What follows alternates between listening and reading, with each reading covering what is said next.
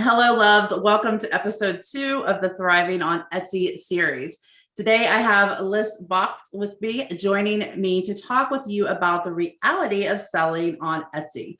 Lis is the owner of Shop Intaglio, a printing and engraving company. She's a six-figure maker on Etsy, Amazon, and her own website.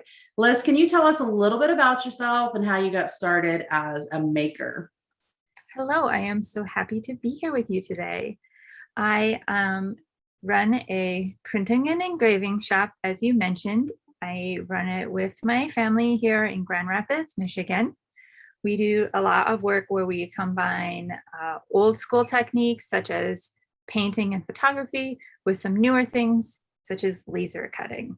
And I put it all together with a little bit of computer programming, a little bit of fine art, and just tumble it all together, get cool stuff out the other end. I love that. Now, you also have a background in science, correct? I do. I went to school for science research focused around astrophysics, which is a lot of sifting through big numbers and big data to figure out what makes sense and what does not.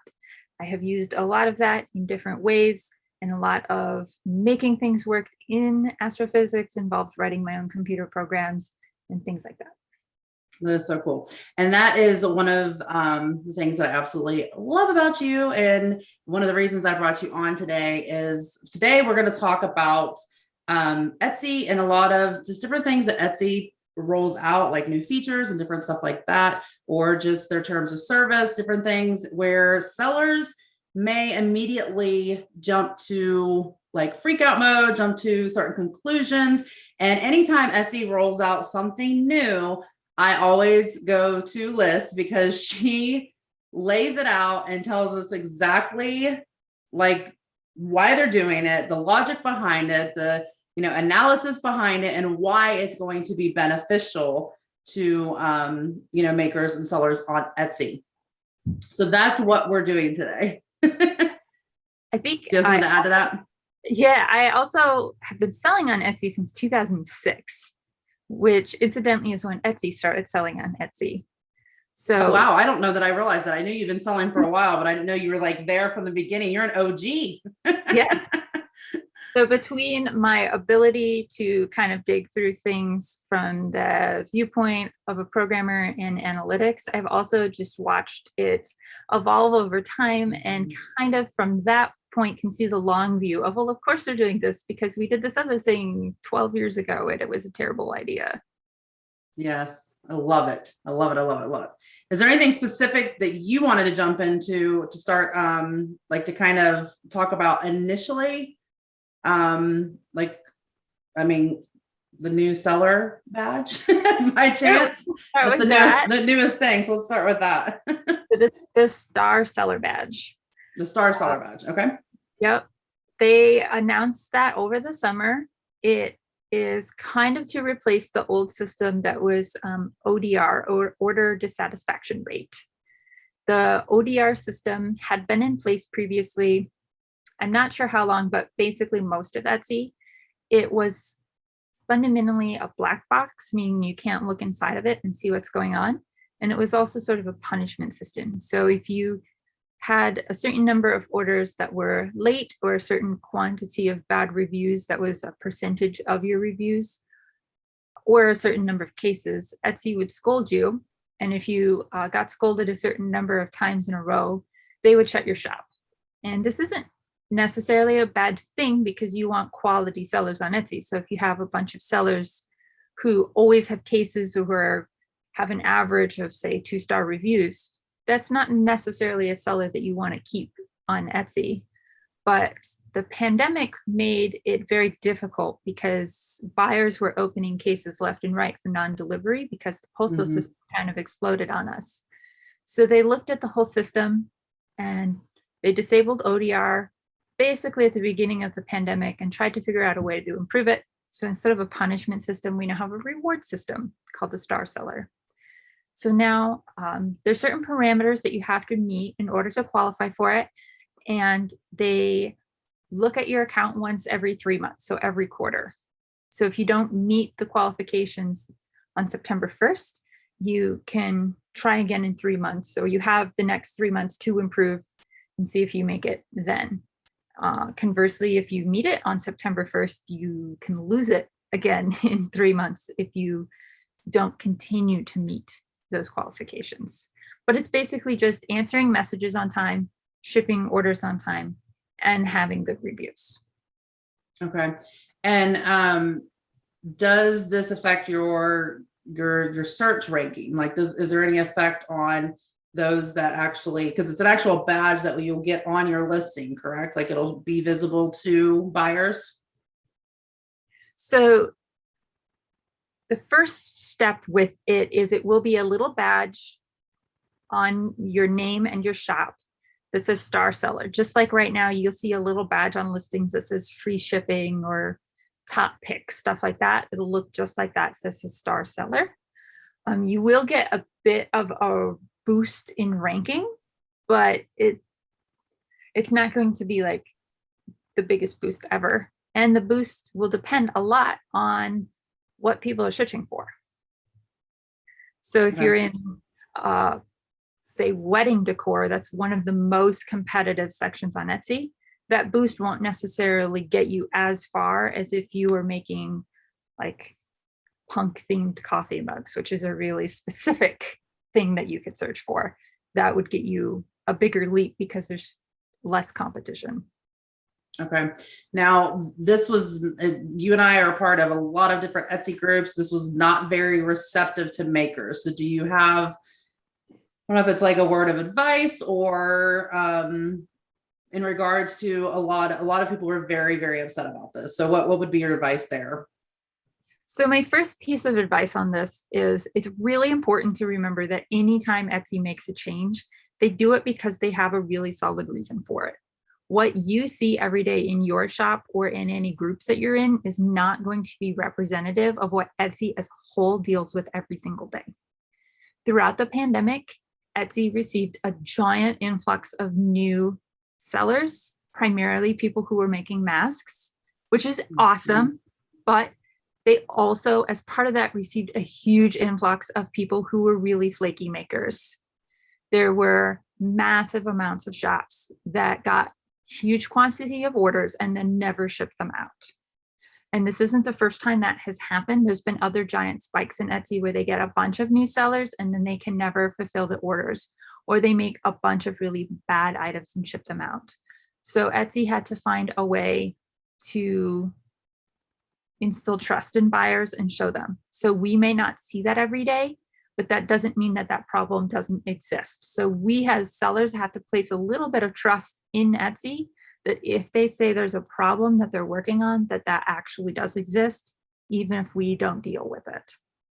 And just for perspective, I don't have the exact numbers in front of me, but I'm pretty sure it was like around like 2.3 million and it jumped to like close to 4.3 million or something, like Yeah, 2.6 million. And like in 2020, it almost doubled the amount of sellers on Etsy.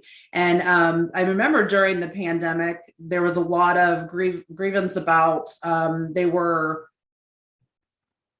what was it? They were stopping shops from their listings being available because they had so many open orders. So again, that probably correlated with other shops not doing what they were supposed to, even though that shop may have been. Right. This happens a lot during the holiday season, but then it happened during the pandemic overall. But it's really common during really busy seasons on Etsy for a new or new-ish shop to come in and say get 200 or 300 orders and then just sit on them and not ship them out. So Etsy, when that happens, will come in and freeze your shop from being seen in search until you get your orders down to maybe a dozen or something, so they can see that you're actually sending orders out, and then you'll show up in search again.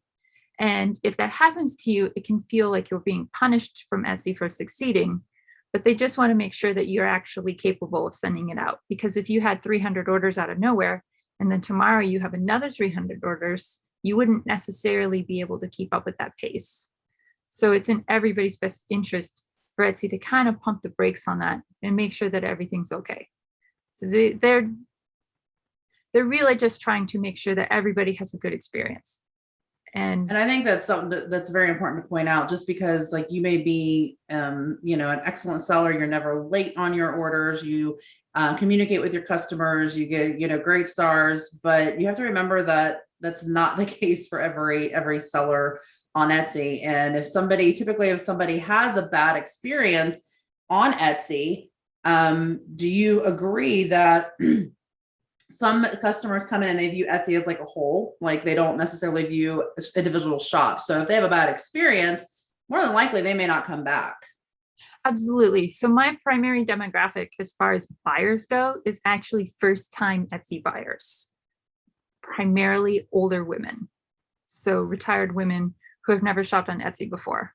And when I communicate with them, it becomes very clear from how they word things to me. Mm-hmm. They don't realize I, Lis, am not Etsy Inc.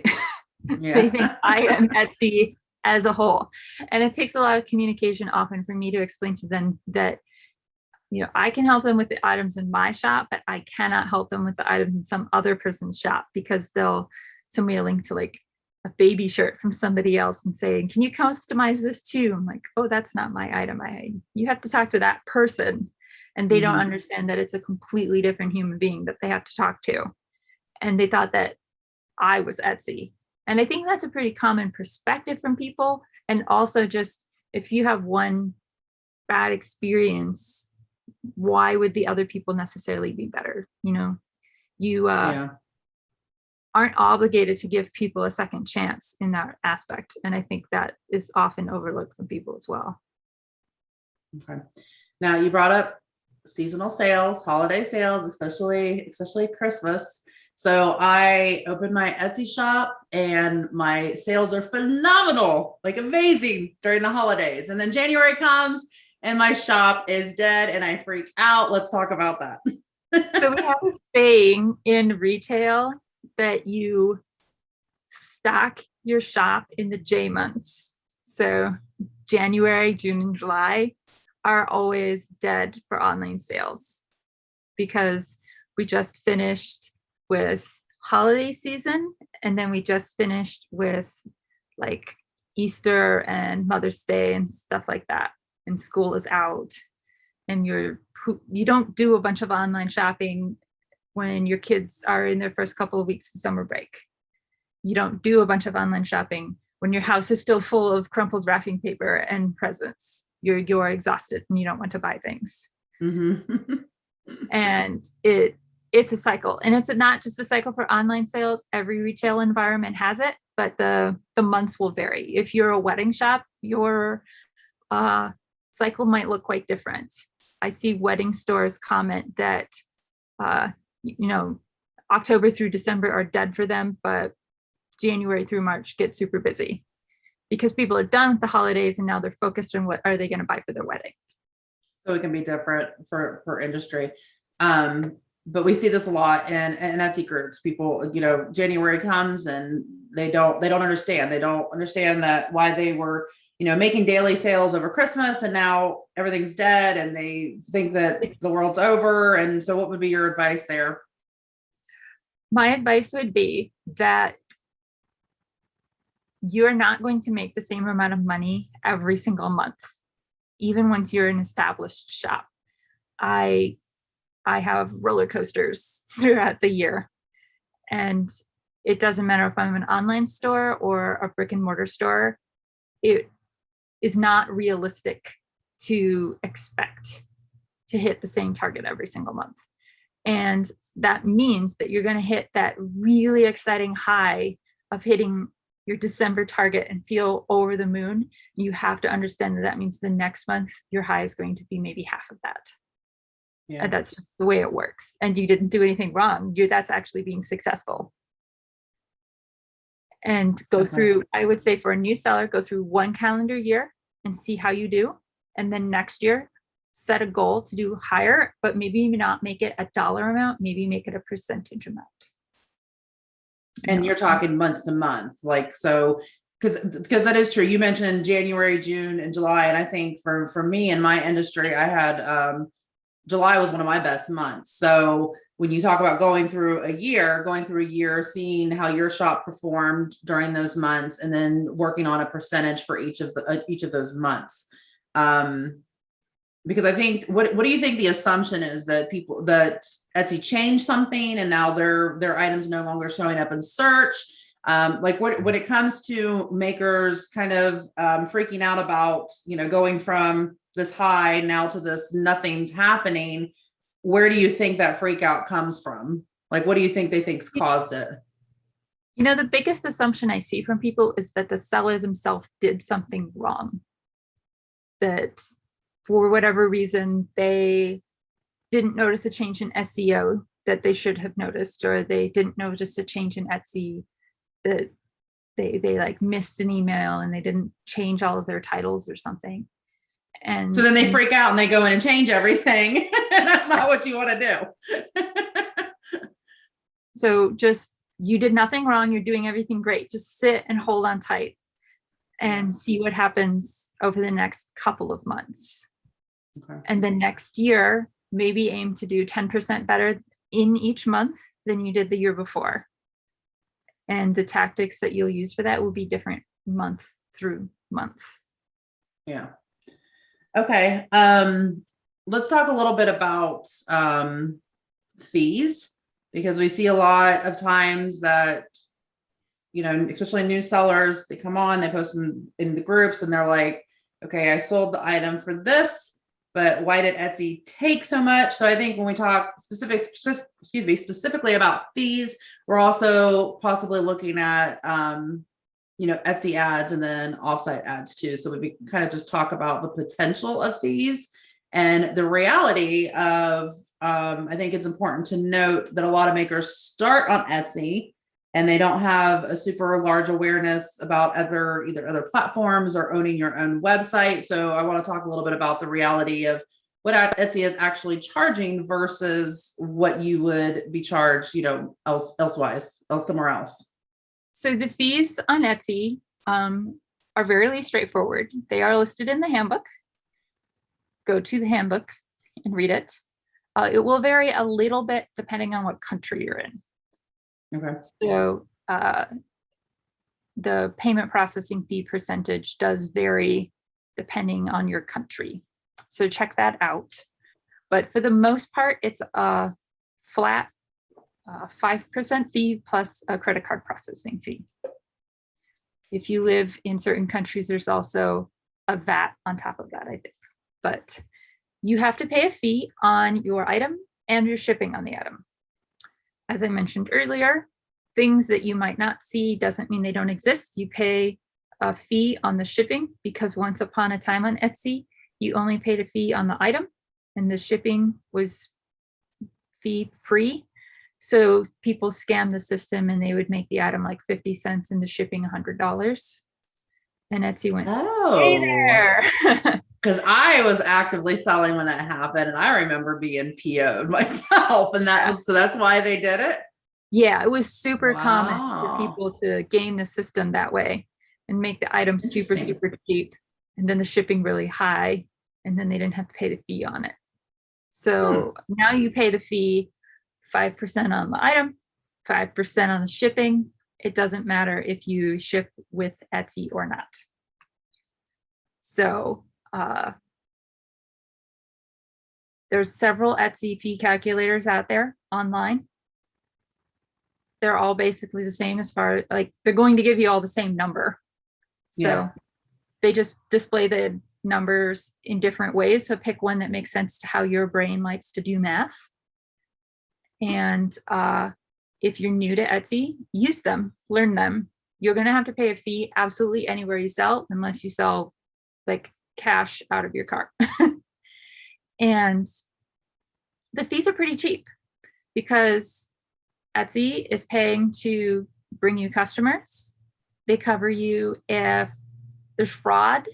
They cover you if there's a chargeback. They do marketing. Like I've seen commercials for Etsy on my TV. Mm-hmm. My fee covered part of that. I can't afford to put a commercial for my shop on TV. Like that's a And when you lot look at it in that perspective, it's actually one of the lower charging fees, like one of the lowest platforms as far as that goes. When you think about, like you said, marketing, like they're doing all of that for you. Yeah. And I think too that, and this is an episode we're going to get into later in the series, but learning how to price, your product so that you're incorporating, accounting for those fees. Now, what do let's talk about Etsy ads and offsite ads a little bit. So those go ahead. two separate things. And I see a lot of people act as if they're the same thing. So to start out, Etsy ads and offsite ads are definitely different. So an Etsy ad is when you do a search on Etsy for an item, you'll see at the top of the search something that says promoted listing. That's an Etsy ad. An offsite ad is if you're on Facebook and you see an ad for Etsy for an item and you click it, that's an offsite ad. It's also on a bunch of other places, but it's something not on Etsy, and then you click it and go to Etsy. Okay, so with let's talk about offsite ads quick, because I think that's been something that's getting a lot of heat with makers. You're seeing a lot of talk about it inside of groups. It's, if you, and correct me if I'm wrong, if you have an revenue of over 10,000, like you're automatically put into it. Is that correct? It's around 10,000. Yeah. Okay. So you cannot turn it off.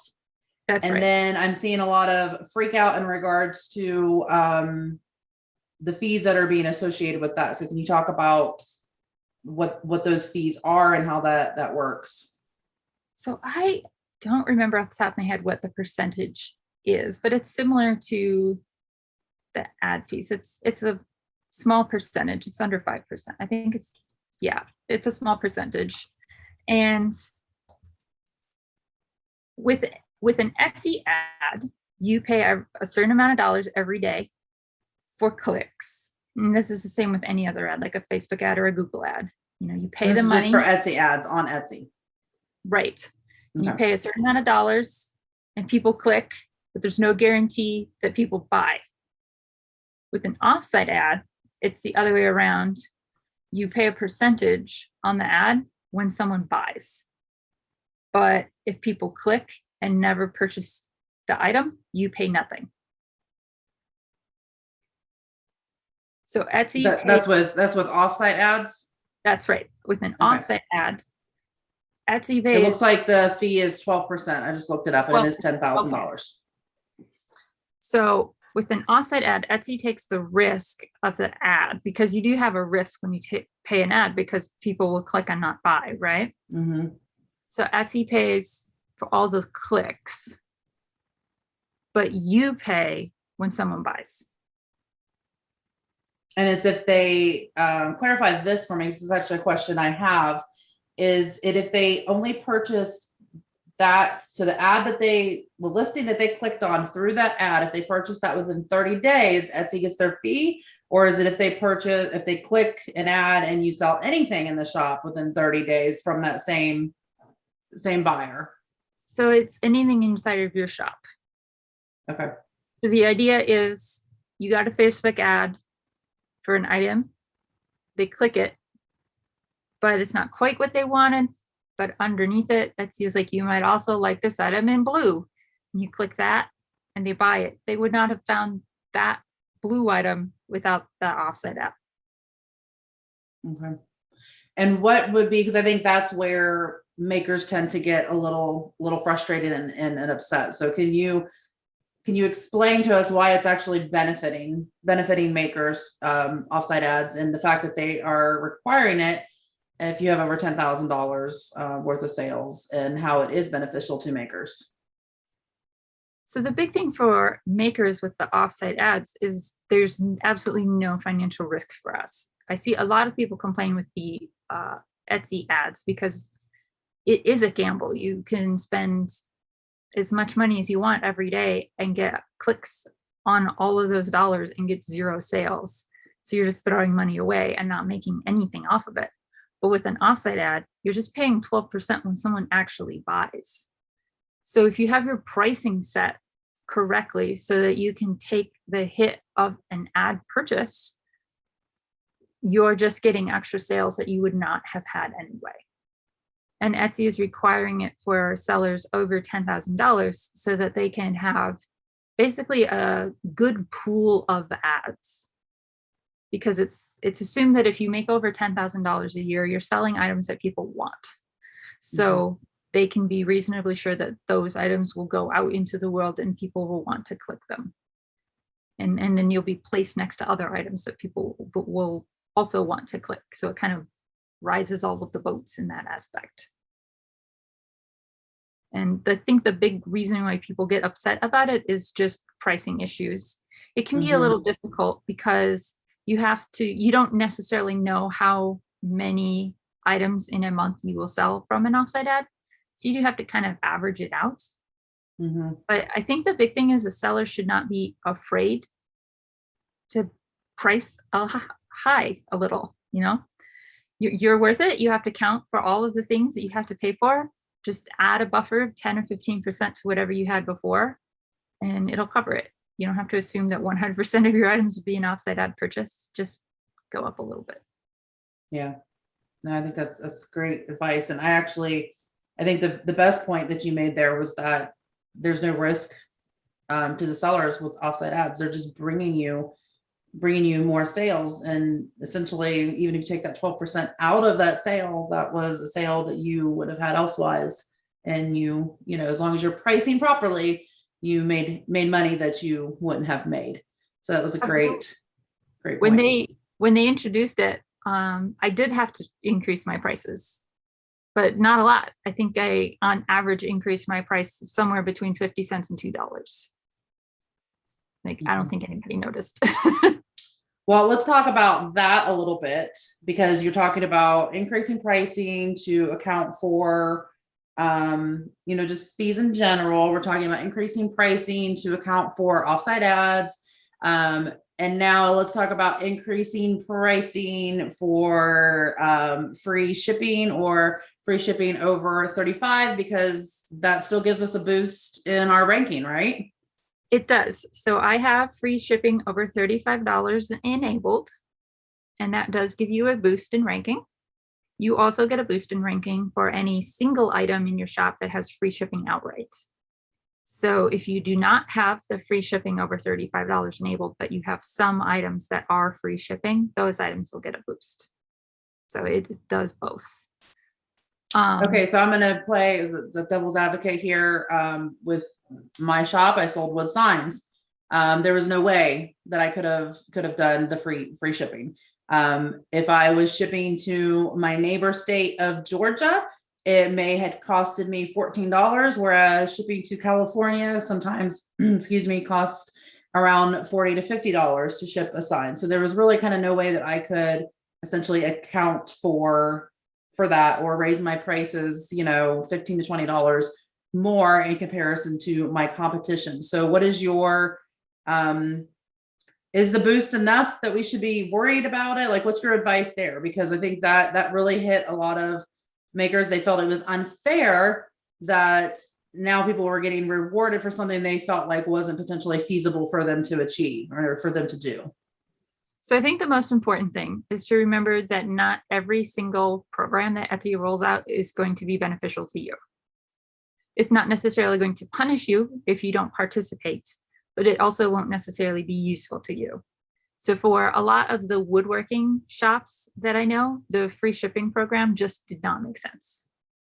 I also saw that it did not make sense for a lot of wreath makers, because if you have the big bulky wreath box, you're going to have the same pricing problem. But what that means is all of the other woodworkers and wreath makers are also having the same problem. So not turning on that free shipping isn't really going to hurt you if everybody else providing a quality product is also not turning it on. If a few people turn it on, which inevitably they will, they're going to be in the promoted listing. But that's not every single listing. That's just a couple of listings towards the top.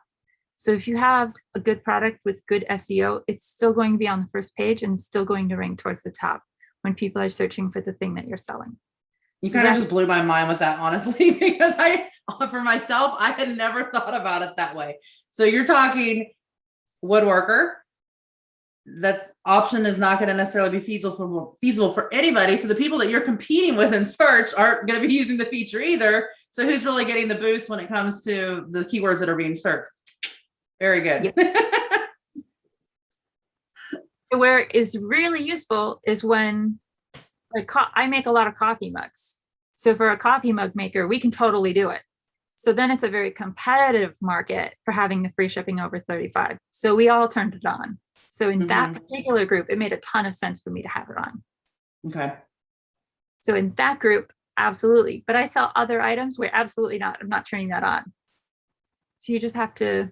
And that's interesting because I think sometimes we think about Etsy as a whole versus, breaking it down to your industry. Like if you personally don't feel like something's going to work out for your business, then more than likely it may not work for your industry as a whole, which when you go to search and you show up in ranking, then it's being affected the same way for everybody in your industry for all of the listings that are showing up. That's a great perspective. Let's jump in and talk. Oh, do you have something else to add? Go ahead. So with my coffee mugs, I did have some of the variation that you mentioned in pricing. It costs between $4 and $8 for me to ship a coffee mug, depending on if it's going to like Chicago or Boston. I increased my prices by $2. Okay. So I just took somewhere in the middle and put it up and called it a day. So yes. So you make some on some, you lose some on some. And it absolutely evens out. Yeah. And Etsy recently changed their search so that it favors people near you.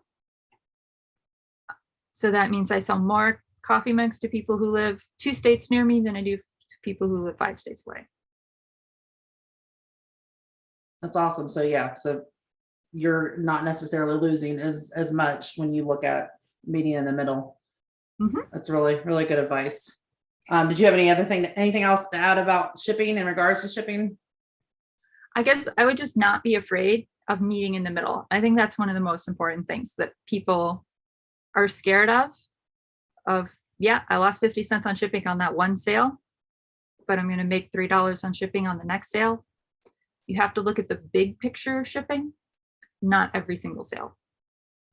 Okay, so what about somebody like in my shoes who, like I said, it ranged, what was that? Kind of like a $20 to $30, difference shipping, East Coast versus West Coast. But a good point you made was that probably nobody in my industry or in my search is going to be doing it. So potentially it could be, an advantage for me to actually try to test it and meet in the middle to see if it does help me rank higher or just attracts, better or more customers. I would do a search for your item on Etsy and see what your competition is doing and what it looks like and see what makes sense for you to try. What might give you the most competitive edge is just straight up using calculated shipping and letting the customers decide for themselves. Yeah. But every audience is going to be different in what they prefer. So you're just going to have to figure that out because we can't guess that particular aspect for you. Okay, because I think like a lot of people freaked out that they would have to like raise their prices by $15 to $20 when it came to like my industry. And then that's going to be, they're going to be higher than actual price point's going to be higher than their competition. When in fact, once they click in there, they see the competition, you have to pay for shipping on top of that. So it's just, do you think in general, like, because I think we've talked about this before, when I go to buy on Etsy, I plan to pay shipping, like as, going on Etsy, purchasing handmade, like I know that it's small businesses. Free shipping is not something that necessarily piques my interest. Like it's not a deal breaker for me on Etsy. Do you feel like a lot of sellers or buyers are that way? It varies so much depending on what they're buying. I think people who buy party supplies tend to be very free shipping focused. I'm not Okay, so sure it's gonna I depend on the understand industry. why. Yeah, but I've just noticed as a trend that the party people tend to be really focused on it for some reason. My customers tend to not really care about the shipping costs. They tend to be fine paying it, but it's all over the place. You're going to have to see what your specific group of people you're talking to care about. Okay. Okay, moving on. Let's talk about negative reviews destroyed your shop. You have 5-star reviews. You've got hundreds of 5-star reviews. You finally get that 3, that 1, and you freak out and you think the world is ending because now you no longer have your 5-star rating. Let's talk about that. So I have about 2,500 reviews on my shop. I am a 5-star rated shop, but I definitely don't have 100% 5-star ratings. I have some awesome 1-star reviews. I'm really upset. Some awesome 1-star. I love that. Awesome 1-star reviews.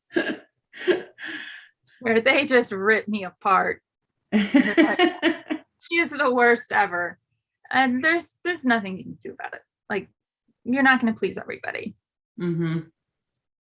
And that's not necessarily a show of your work or, you as a person. I think that's one thing that makers definitely take to heart is it's a direct reflection of them personally. My grandmother always told me that what other people think of me is not my business. That's perfect. I love it. So when someone leaves me a bad review, I do, of course, message them. I try to fix it. Because if they had a bad experience, I want them to have a good experience. Sometimes I can fix it. And sometimes they change their review. That doesn't happen all the time. Sometimes I jump through every single hoop in the whole world for that customer and they update their review and keep it at 1 star. And you're just like, oh, okay. But the review really is a reflection of the person who left it. You can see their mood, what they're upset about, and it's not usually what they write about. And how you respond to the review is a reflection of you and not the person who left the review.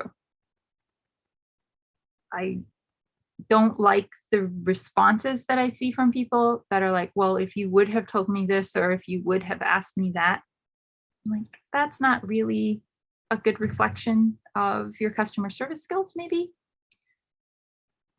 The response really should be left to talk to a future buyer and just kind of explain how you can learn from what the review said and do better for people in the future. Instead of venting how they were wrong. Yeah, or how they didn't read the description, or yeah.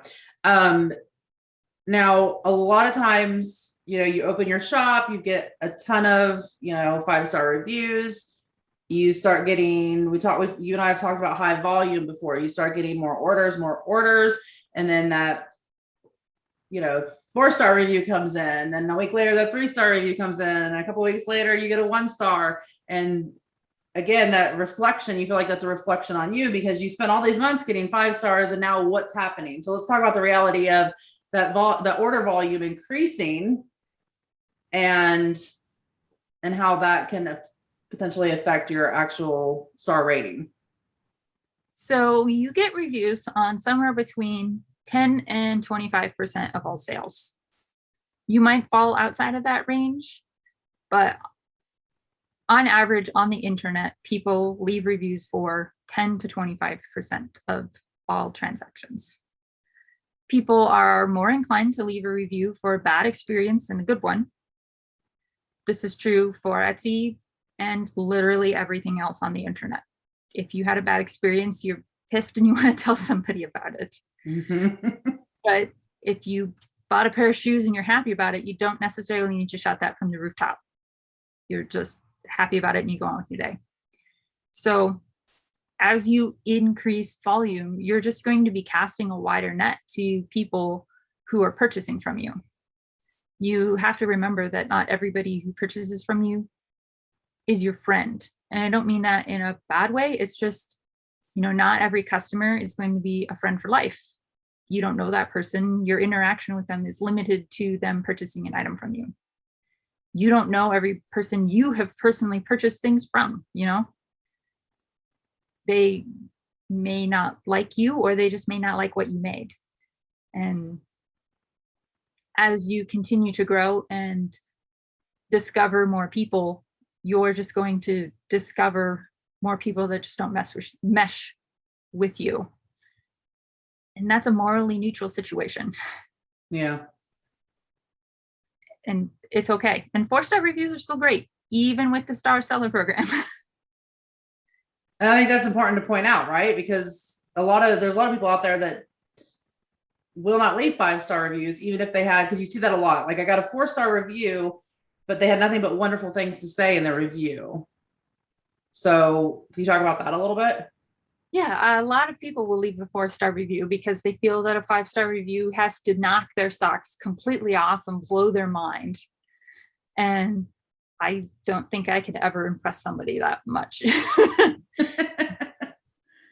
Like if they're giving you, telling you wonderful things about your product and they leave a 4-star, that's probably just who they are when it comes to leaving a review. Yeah. And again, it's not a reflection on you. It's just them. And yes, that has an impact on you, but you are doing something that is a two-way street with people. So there's going to be things other people do that impact you that you have no control over. And that's just what you signed up for, I guess. And when you're talking about that no control, let's talk a little bit about people leaving, negative reviews or contacting you. And immediately there's like this mentality that immediately sellers want to think that they're trying to get a product for free, or they're trying to scam them in some way. When personally, there are two things here that I believe. One, I don't think that's always the reality. I'm not sure why we jump to think the worst in people.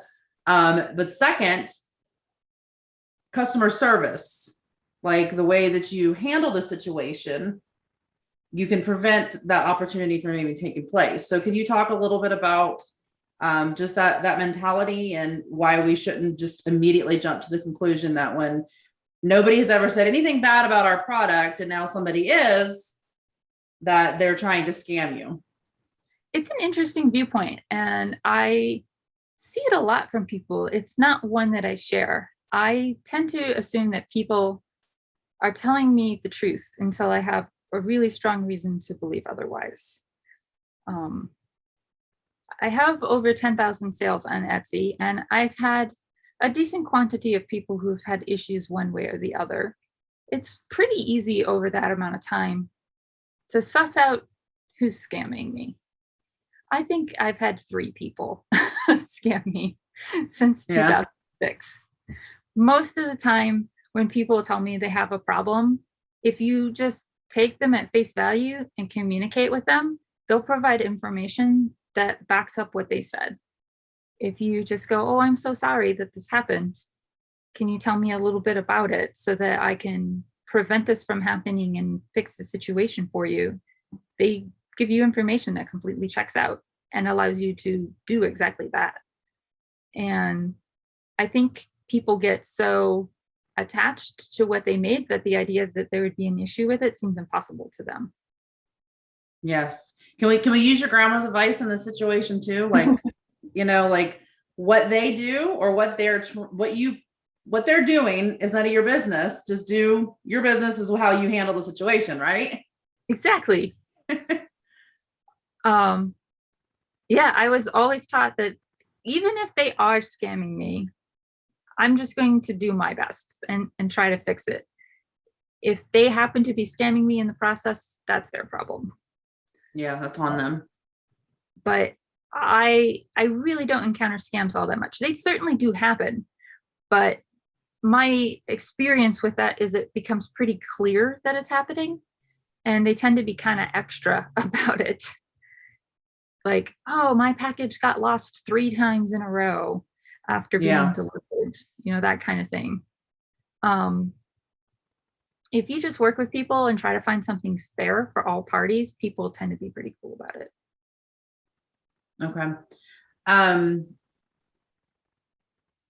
like that comment, the fair for all parties. Let's kind of talk about that in regards to, I think there's, at least I feel it's a misconception. But when you own a shop on Etsy, once you ship that product, it's out of my control. Like, I made the product, I shipped it, I'm done. Let's talk about that. Well, according to Etsy's term of service, when you signed up, it's up to you until it's been marked delivered. Okay. So you can make all the terms of service you want in your shop, but Etsy will override that if your policies go against Etsy's policies. And then you also, as a seller, have a choice in who you choose to ship with, correct? You do. So by default, in the United States, Etsy allows you to purchase Etsy labels with Post Office and FedEx, but you can print a label using whatever service you want and then just upload the tracking information into the order.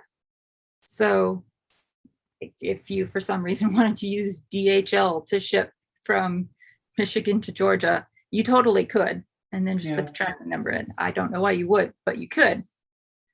And I just always kind of found that odd because, or just the perception of it, because if you think about yourself as a buyer, and if you bought something from somebody and it never arrived, or it arrived damaged, and they in turn said, hey, I made it, I shipped it, it's out of my hands, like, that would piss me off. Like, I would be mad as a buyer, right? I would be so mad. I would be calling my credit card company the moment I stopped talking to you, and I'd be filing a claim because that's still their problem.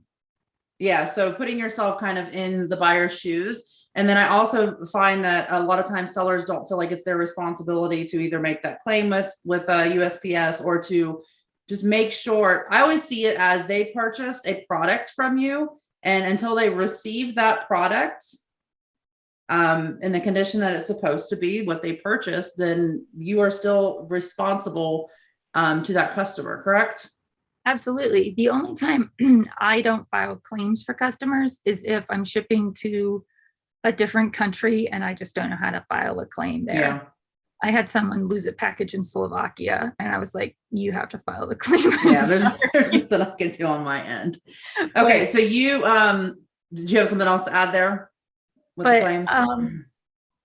Claims aren't hard. I mean, they're actually pretty easy to do. I've done plenty of them in time. And if something gets marked delivered at the wrong place, you can request the GPS coordinates on the package. Because when they scan the package and mark it delivered, it gets the GPS from the device that scanned it, and it'll say exactly where the postman was standing. And you can plug that into Google Maps and see if it was that person's house or not. And then you can see if it went to like a neighbor's house or something. And I don't know why people are scared of that. The other thing I don't understand why people are scared of is if you run a business, you're going to eat some loss. That's just part of the game. I see a lot of sellers say like, oh, if I have to remake this, I'm going to lose money on this order. If I have to reship this, I'm going to lose money. Like, okay, you're going to lose money on this order. It got lost or damaged. Reship it. You're out $20. Like, okay. Big picture. You have to look at the big picture. And I agree with that, because I see a lot of people, they're willing to put the claim in, but then they won't do anything for the customer until like the claim gets back. And that's just not how I, ran my business. If I needed to put a claim in, that was on me. It was on my business to handle that situation, to follow through with it. And then I made sure the customer got their, replacement or refund, whatever the situation was. Because that's, like you said, that's part of running a business. Absolutely. And I think that sometimes people aren't just prepared for that. It's not like I have these issues every single day, but they pop up every once in a while. I think so far in 2021, I've had 2. So this isn't a huge issue. And I'm not going to get stressed out over replacing 2 orders. And if you're losing a bunch of them, then that means you have to look at what you're doing and figure out what you can fix to prevent that from happening. Yeah, if you start seeing repeating patterns of certain things, how can you make adjustments? Yeah. I had that happen a couple years ago where a certain product kept getting damaged in shipment and I was losing a ton of money. So I put it in a different type of box. And I've had 1 damaged in 4 years since then. Fixed problem. All learning process. Okay, you mentioned terms of services a few minutes ago. So a big thing that we're seeing, I feel like I've been seeing it a lot more in the past year, is shops getting shut down for no reason. So let's talk a little bit about some of the terms of service that we see. And honestly, a lot of it is people do not read the terms of service when they sign up. So they really aren't aware of what they are and are not supposed to be doing. And then there's, shop gets shut down in their eyes for no reason because they didn't read those terms of service. So what are some of the big ones that we see often, and what is the reality behind that? The first one I want to mention is copywriting and trademark. Yeah, so which we're not lawyers, by the way. Right. You are running a shop on Etsy's platform, but even if you were running a shop on your own platform, you could still get shut down. I want to emphasize that first, because again, unless you're running it cash only, you are using some sort of credit card processing company. So any of them, even if you run like a WooCommerce on your own, your credit card processing company can totally freeze you for this. So don't think you're exempt from this if you DIY it. So you cannot use other people's trademark, copyright, intellectual property and make your own stuff. Straightforward.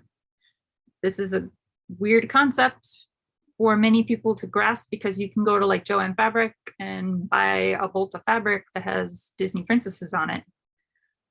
But just because it's readily accessible to you doesn't mean you have permission to sell things with it. And to profit off of it. You can buy that for yourself personally, to make something for yourself personally, and then turning around and selling it is an issue. But Lis, everybody else does it. So my favorite analogy for this, and I think it is just the best, is think of it as a speeding trap. Because we can all drive on the highway and go over the speeding limit, but we're not all going to get caught every single time. But somebody will get caught today. Is that going to be you? I don't know. That's a perfect analogy. Because every single time a listing gets taken down on Etsy, some human being had to file a complaint on that one listing, and it takes like 20 minutes to do that. It's a process, because they don't want people to file spite takedowns and false takedowns and stuff like that. So you have to really go through some hoops. So there is a whole team of lawyers at Disney and a whole team of lawyers at Warner Brothers that do nothing but file takedowns for stuff like this. It's just physically impossible for them to take down every single listing. But there's also reasons why you might legally be able to sell something Disney. Let's say it's a vintage item. So they can't do a thing where the word Disney is not allowed to show up on Etsy. Etsy is also a neutral third party. So they can't defend copyright on their own. Otherwise, they would have to defend literally every single one. Mm-hmm. And that would be too much. So is that why Etsy's not taking them down? Right. It's like the job on of their own. Yeah, it's the job of the entity that owns it to take it down. Okay, so Etsy will get involved when it's been reported, but they're not going to go searching through all the shops and listings to handle it themselves. That's right. I got a couple of takedowns very early on when I didn't know any better. They were from Gerber for the very famous onesie term. And I actually spoke to an attorney at Gerber who was very nice and just explained to me the whole process, just as I explained it to you. And said that, someone from Gerber had to go through and do a takedown on every single listing that had the word onesie in it. But there's reasons why you can use onesie correctly, such as using an official onesie, Gerber. So those are allowed. Therefore, they had to look at each listing and see if it applied or not. Okay. I didn't realize that. Mhm. Interesting. And then after I got Um, takedown notices, Etsy was like, okay, so you've had a couple of these, you're fine, you've learned from this, it was an innocent mistake. Everybody gets those, and your shop isn't full of like Harry Potter stuff, so we're not worried about you. But if you make this a habit, we're going to close your shop. They didn't give me a line in the sand of how many. I think someone at Etsy looks at your shop and kind of gets a vibe as to whether or not, is your whole shop just stuff from other companies, or was it just a handful here and there? Like, it's kind of a squishy metric. Now, is this kind of similar when it comes to, I'm kind of getting a little off topic here, but I know that there's been a lot of talk and heat about reselling. So when it comes to Etsy and reselling, is it kind of the same concept? Like, unless it's being reported, Etsy's not really going to do anything. Etsy cannot physically monitor every listing. They have keywords that will pop up that they'll flag and go look at the listing, but for reselling, that's basically impossible. So the only way they notice is if someone flags a listing or someone opens a case against the seller because they got the product and realized it was a resale. Okay. And so then someone from Etsy will go to, that store and kind of look at it and gauge whether or not it looks like this was a one-off or if that's the only thing they sell. Now, do you think time, as far as sellers go, time is better spent working on your own shop and focusing on your business, or going around and reporting your competition? So I will say I do occasionally report shops, but it's only when I'm actually looking for something to buy and stumble into it and go, oh, this is not okay. I don't look at my competition. I don't even know who my competition is. It's not worth my time. Yeah. I don't care. So it's more as a buyer perspective. Like, you're going through to try to find something and you're like, hey, this person, isn't following terms of service. It's more of a buyer perspective, not necessarily competition perspective. Yeah, as a buyer, every once in a while, because I do buy on Etsy regularly, every once in a while I will stumble across something and just go, oh no. And I'll report that. But you can't report copyright things unless you are the copyright owner. So if you're surfing Etsy to buy something and you find Harry Potter stuff, it's not really your place to report it. Like, you can't. So surf on by. Okay. That's a good point. I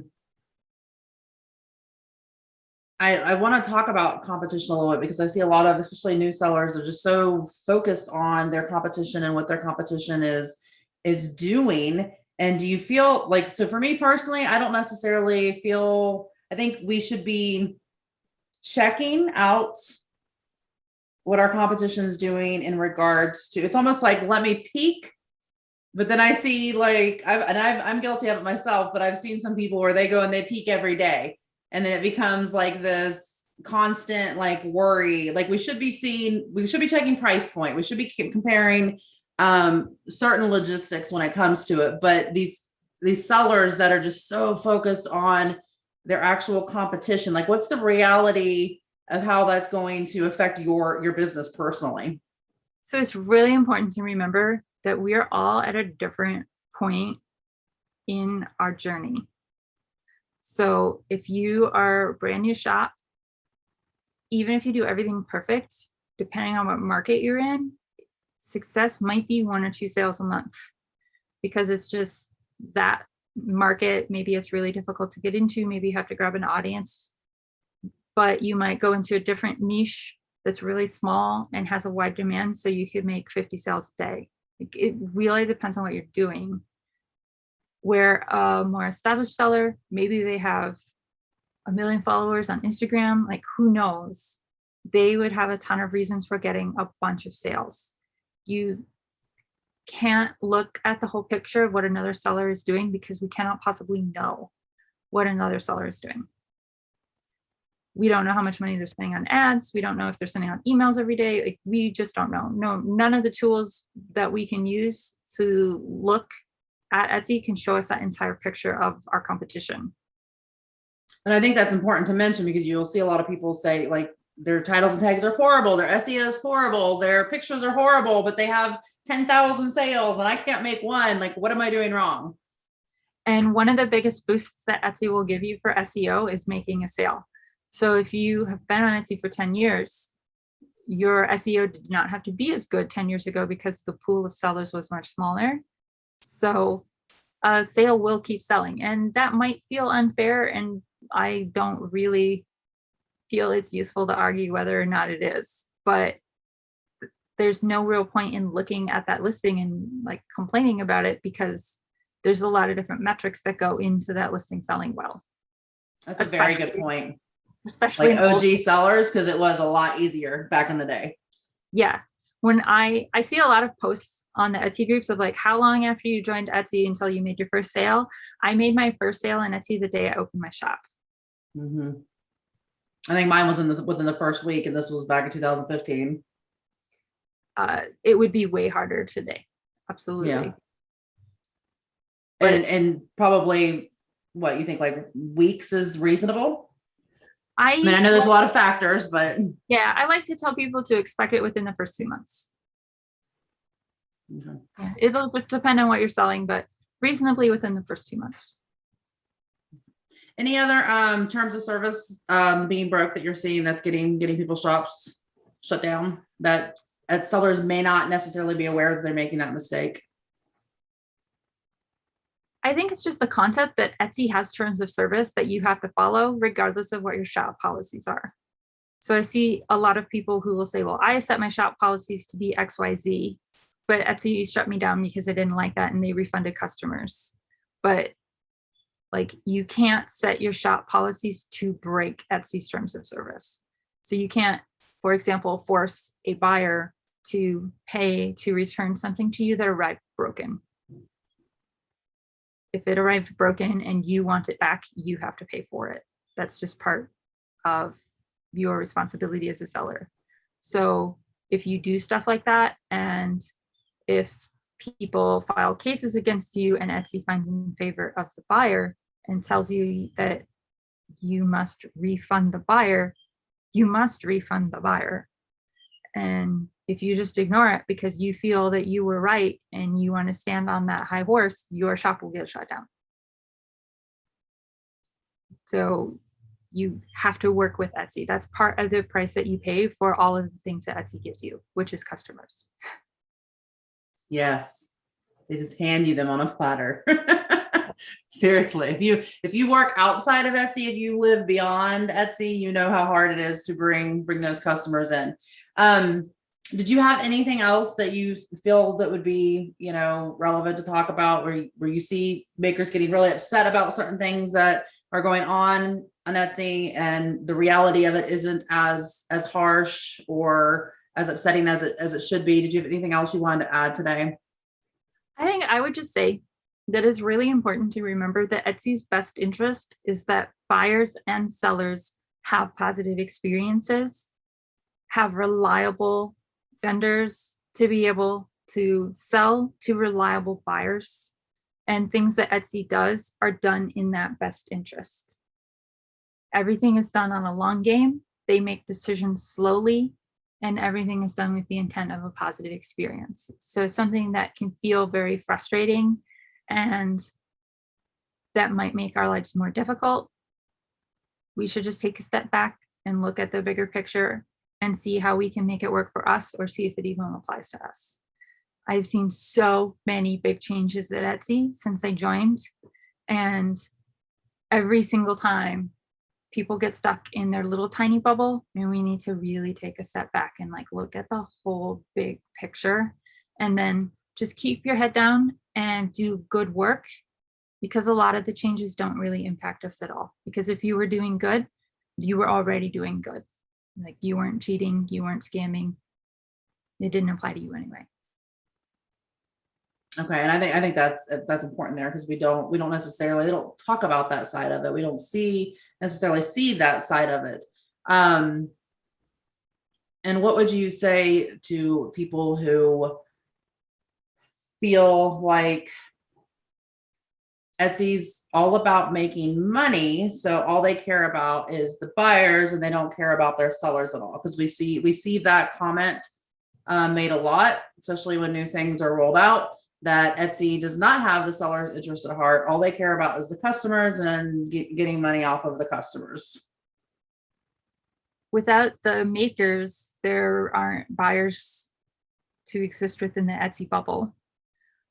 I mean, there will always be sellers who leave Etsy for one reason or another, but part of having a solid buyer experience is having consistent sellers on Etsy.